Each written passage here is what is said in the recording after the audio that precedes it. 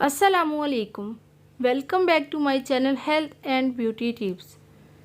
छाइयों से परेशान अफराद के लिए आजमूदा टोटका, चेहरे की छाइयाँ दूर करने का टोटका। तरीका इस्तेमाल।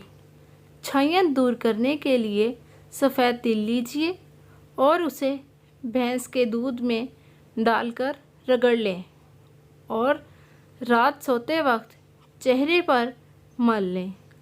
सुबह उठकर उसे साबुन से साफ़ कर लें। छाइयाँ दूर हो जाएंगी और चेहरा साफ शफाफ हो जाएगा।